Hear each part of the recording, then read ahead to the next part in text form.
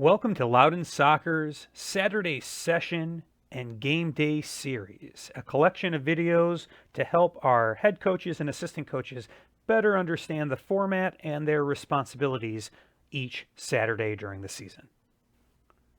Loudoun Soccer's mission is to create soccer players, coaches, and teams of strong character, committed to achievement on the field and in our community. Our philosophy is to develop champions for life.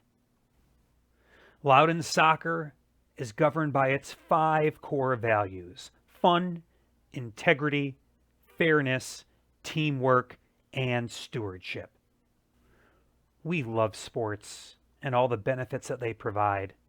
Those Saturday game days and sessions can bring out the best of us, but they can also bring out the worst. It's really important that we as adult leaders, head coaches, and assistant coaches set a positive example for others to follow. Remember, it is for the kids. Please live our values and rep the red. The following presentation refers to our formats for the Saturday sessions and game days for all of our age groups.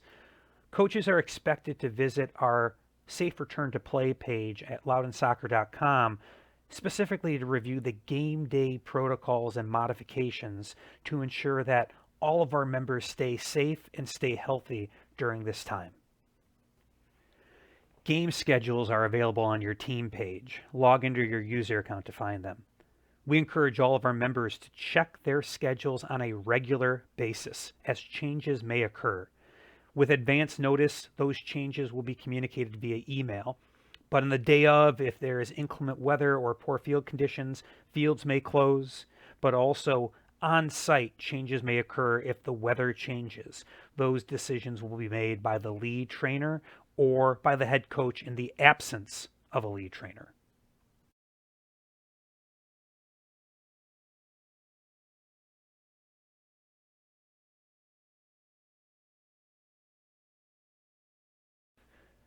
Soccer is an outdoor sport. We try to play as often as we can, but sometimes weather and fields do not cooperate. So as a rule of thumb, check your email or text alerts for any field closure updates each Saturday you're scheduled. Decisions are made by Loudoun County Parks and Rec each Saturday morning as to whether or not the fields are open, and those fields may close after heavy rain or water saturation. If those fields are closed, absolutely no training or game takes place.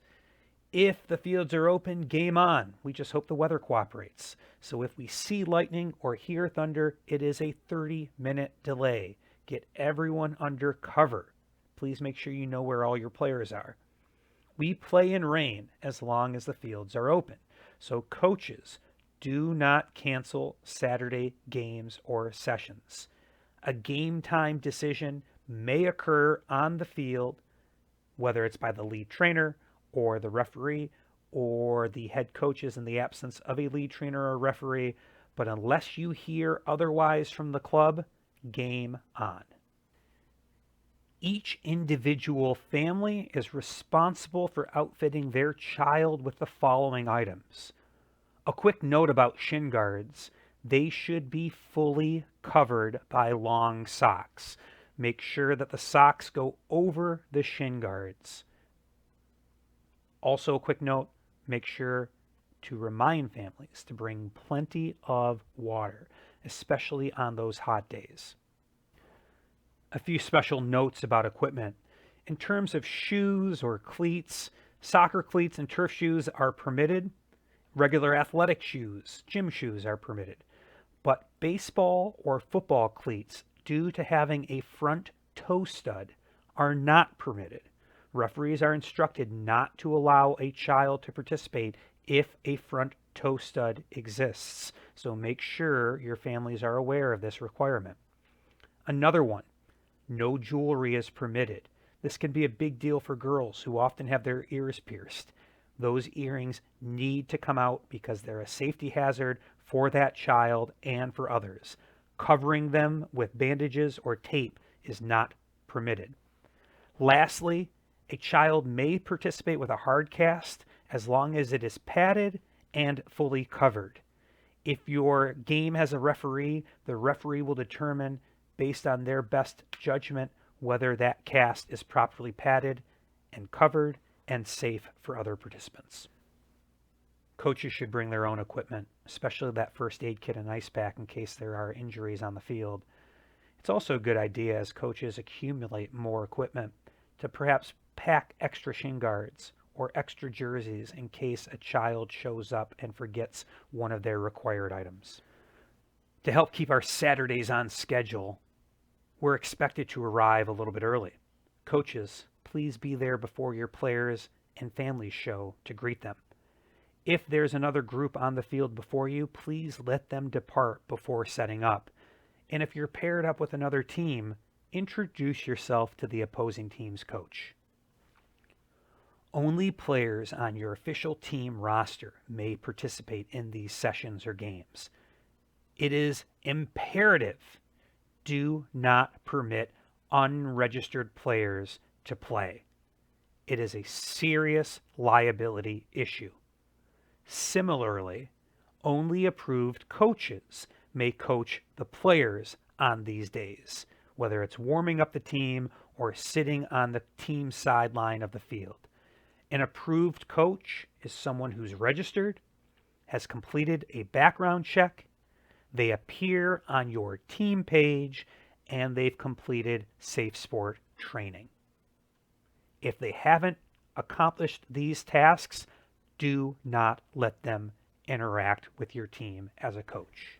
The Saturday session playing format for our youngest players, our micros, ages 3 and 4, is pretty simple. 45-minute sessions, teams are co-ed, and we have a trainer leading all 7 weeks, each session filled with soccer-related and movement activities. These kids may not get to play the real game, but that's okay. They'll have many years ahead of them to do that. It's more important that they get to move and interact with the ball so their first experience with soccer is positive. Team coaches, head and assistant coaches, will assist the trainer in teaching skills, wrangling the kids, but more importantly, the head coaches and assistant coaches get to learn from the trainer how to interact with these youngest players. Our playing format for minis, pre-K and kindergarten, include longer sessions and are a mix of soccer-related activities followed by 3v3 games. We'll touch on the games in a little bit. The first 3 weeks of the season are led by trainers, and the last 4 weeks are led by our volunteer coaches. Those volunteer coaches each week will manage the 3v3 games. For the first half of the season, they'll also assist the trainer on the field, helping to teach those activities to the players and learning some tips and tricks from the trainers to apply on their own. Those last 4 weeks of the season, coaches will be on their own, no trainer. So it's important that they understand how to organize activities and how to lead 5 and 6-year-olds. We as a club will provide session plans for coaches to follow to make it easier for them. For the last half of each session, you'll play 3-on-3 games. The format's pretty straightforward. Organize your team into 2 squads. And if you're by yourself, the 2 squads will play against each other. But if you're sharing a field with another team, your 2 squads will play against the other team's 2 squads on a dual or split field setup. Use your provided scrimmage vest to distinguish teams from each other. You might manage one squad and your assistant coach might manage the other, and you can flip-flop midway through if you'd like. For that dual or split field setup, use cones to create a channel in the middle where players and coaches can stand, and use the goals around the field to create 2 small fields to play 3 versus 3. Let's keep these kids moving during these games because that's how they have fun. While we might possess a wealth of knowledge, they don't want to hear from us because they're 5 and 6 years old. So let's limit the coaching and let's maximize the playing. Try to avoid long stoppages. Rotate players in and out every few minutes. And as they exit, let them go get water and then come back. If it's really hot and you need to take a little short halftime break, go ahead and do so. But let's keep them moving. In order to keep those kids moving, coaches should keep a supply of soccer balls nearby. So when one exits the field or goes in the goal, a coach can roll a new ball back on the field and restart that play. Make sure when that occurs, the coaches are rolling it on the ground, not kicking it or throwing it or playing it in the air for safety purposes. This also allows coaches to manipulate restarts. They can roll the ball into open space to allow players to spread out, but they can also play a ball to those less developed kids or maybe a child who seems a little disinterested to increase their involvement in the game. In terms of safety, no slide tackling is permitted, nor is heading the ball permitted. Head injuries are serious, and they can occur in a couple different ways in the game of soccer, whether it's a ball hitting the head, or two heads colliding, or a player falling and hitting their head on the ground, among others. If you suspect a child has sustained a concussion, remove them from the field immediately. Check for symptoms. That player is barred from returning that day if you think they've sustained a concussion.